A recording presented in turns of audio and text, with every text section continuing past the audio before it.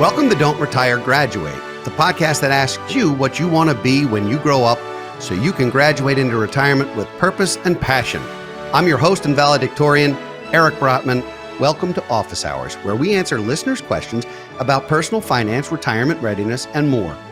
We received a question from Noah, who asked, what can you tell someone in their 20s who is already worried about not being able to retire in the future? Noah, great question. And I hope if you're in that boat, because I know you're not just asking for a friend, if you're in that boat, I feel for you, because that is a lot of stress to put on yourself early in your working career and early in your life.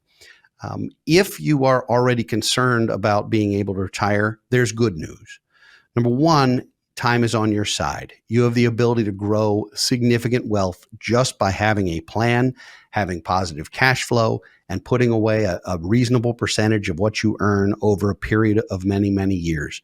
You have your whole career in front of you, so that's good news.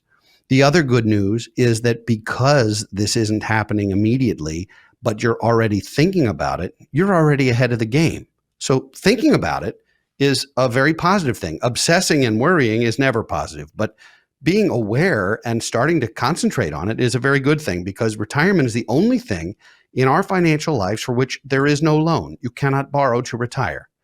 You can borrow for anything else. You can borrow for education. You can borrow potentially for healthcare. You can borrow for anything except retirement. So I absolutely applaud you for thinking in your 20s about your retirement. A lot of people wait until they're in their 40s or 50s and then say, oh my gosh, I'm behind, now what? So that's the good news. Let's talk about the bad news. The bad news is that starting early, which is a good thing, does mean that you're going to see some really big numbers in your projections, because the impact of inflation and the estimate for what you're going to earn in your 30s and 40s and 50s starts to be a very large number. And sometimes when you look at a projection, it feels so insurmountable that you almost don't know where to start. And so if I said to you, well, you're making $60,000 a year and you're going to need $8 million to retire, the look on your face would be potentially one that was distraught. And yet, mathematically, it might not be impossible to get there. In fact, it might be perfectly doable with 30, 40, 50 years on your side. So when you see the big numbers at the end of a projection as a young person, try not to panic, because you have to remember that our grandparents paid for their homes what we pay for cars. That's just inflation, and that's what happens to the value of a dollar over time. So take a deep breath. Try not to worry about things you can't control. Control what you can. Control your spending. To the extent you're able, control your earnings. Control your behavior. Your behavior is the biggest determinant to whether you're successful or not. It means making good decisions financially. It means sticking to your guns when markets or economies are tough. It means making sure that you're putting away X dollars, whatever that percentage is, and that every time you get a raise, you keep that percentage the same. Whether it's 8% or 12% or 27%, that I can't tell you, because that requires us to sit and do some math. But whatever it is, keep it level as a percentage or increase it as a percentage. Never go backwards. Because if when you get a raise, you do not add additional monies to keep your percentage the same, you're actually going to be falling further behind. It's like being on a treadmill. When the treadmill speeds up, you better speed up too, or you're going to fly off the back. So Noah, it's a great question.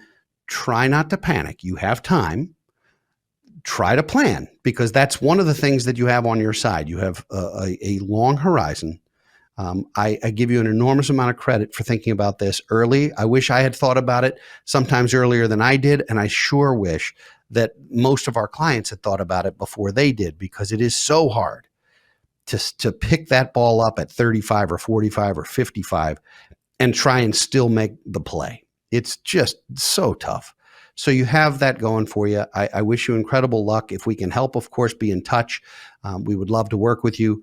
And obsessing, being worried is never fun, but being prepared is always wise. So I think you're barking up the right tree. Just try and pace yourself. Remember, it's a marathon, not a sprint. You don't have to go from 0 to 60 instantly. That creates whiplash. So Noah, thanks for your question. It was really, really a good one. If you'd like to send us a question for a future episode of Office Hours, please post it on our Facebook page or tweet us at Brotman Planning. I'd like to thank all of you for listening today, and we'd love to hear from you. So please send us a message or leave us comments at don'tretiregraduate.com or on social media, or leave ratings and reviews on your favorite podcast platform. Those are priceless to us, and we appreciate them. If you enjoy the show, don't keep us a secret. Share it with your friends and family so they can join you on your path to financial freedom. For now, this is your host, Eric Brotman, reminding you, don't retire, graduate.